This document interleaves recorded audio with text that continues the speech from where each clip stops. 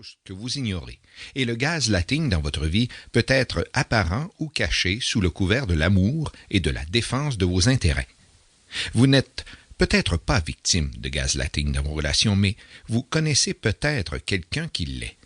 Ou peut-être avez-vous entendu parler de quelqu'un qui l'est. Ou peut-être avez-vous déjà été en contact avec une personne qui pratique le gaslighting. Avec le gaslighting, on a souvent le sentiment que quelque chose ne va pas ou que l'on vous pousse à accepter quelque chose qui ne correspond pas à votre perception. Souvent, les allumeurs de gaz sont des personnes en qui nous avons confiance, de sorte que vous ne croyez pas qu'elles puissent vous manipuler.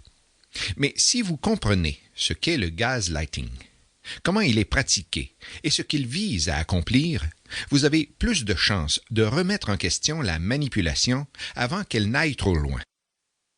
On peut affirmer sans risque de se tromper que le fait de mettre fin à toute forme de gaslighting dans notre vie ou dans celle de votre entourage peut sauver une vie.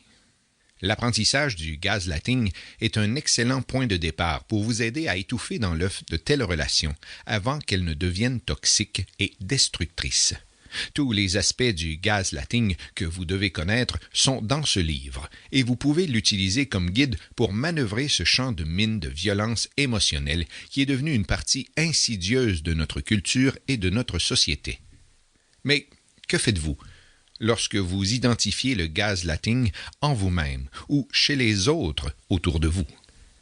Travailler sur le changement est la partie la plus difficile qu'un gaslighter doit embrasser. Si c'est votre cas, laissez ce livre vous aider à devenir un leader, un ami, un compagnon ou un partenaire qui voit au-delà de sa propre intention pour le bien de tous ceux qui l'entourent. Ce livre vous aidera à comprendre l'impact réel du pouvoir sur les gens. Vous devez vous procurer ce livre si vous n'avez plus l'intention de vous laisser mener en bateau. Cette citation d'Albert Camus résume parfaitement le problème du gaslighting. Rien n'est plus méprisable que le respect fondé sur la peur. Et puis-je ajouter à cela la manipulation. Vous appréciez ce livre jusqu'à présent? N'oubliez pas de vous rendre au bas de ce livre pour découvrir une ressource gratuite, de taille réduite mais précieuse, sur l'hypnose conversationnelle. Ce mini-livre électronique est le moyen le plus simple d'apprendre à devenir un hypnotiseur conversationnel efficace. Vous êtes curieux de voir les bénéfices que cela peut apporter à vos conversations quotidiennes? Obtenez votre exemplaire dès maintenant. Cette ressource gratuite n'est disponible que pour une durée limitée. Chapitre 1. Gaslighting 101. Qu'est-ce que le gaslighting? Le gaslighting est une forme infâme de manipulation psychologique d'un individu qui le fait douter de sa santé mentale, de sa vérité, de ses croyances, de son jugement, de sa perception, de ses valeurs et même de ses souvenirs. L'objectif principal du gaslighting est d'amener la personne à avoir une mauvaise estime d'elle-même et ou de gagner du pouvoir sur elle. Le gaslighting se produit progressivement dans une relation et les actions peuvent sembler inoffensives au début. Les gaslighters utilisent certains termes très spécifiques pour semer la confusion et brouiller les pistes, de sorte que la perception des événements par la victime semble peu fiable, voire fictive.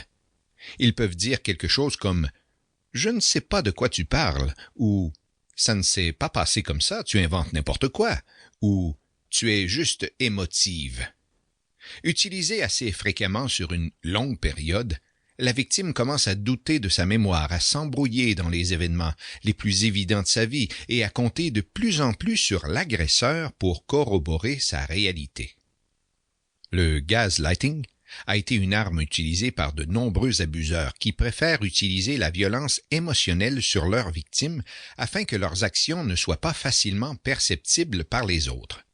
Cela leur permet de maintenir leur pouvoir sur leurs victimes pendant une période plus longue. Le résultat typique du gaslighting est de vivre avec une dissonance cognitive, ce qui signifie que la victime a deux points de vue différents en même temps qui sont en contradiction l'un avec l'autre. Par exemple, elle peut reconnaître que l'agresseur n'est pas honnête ou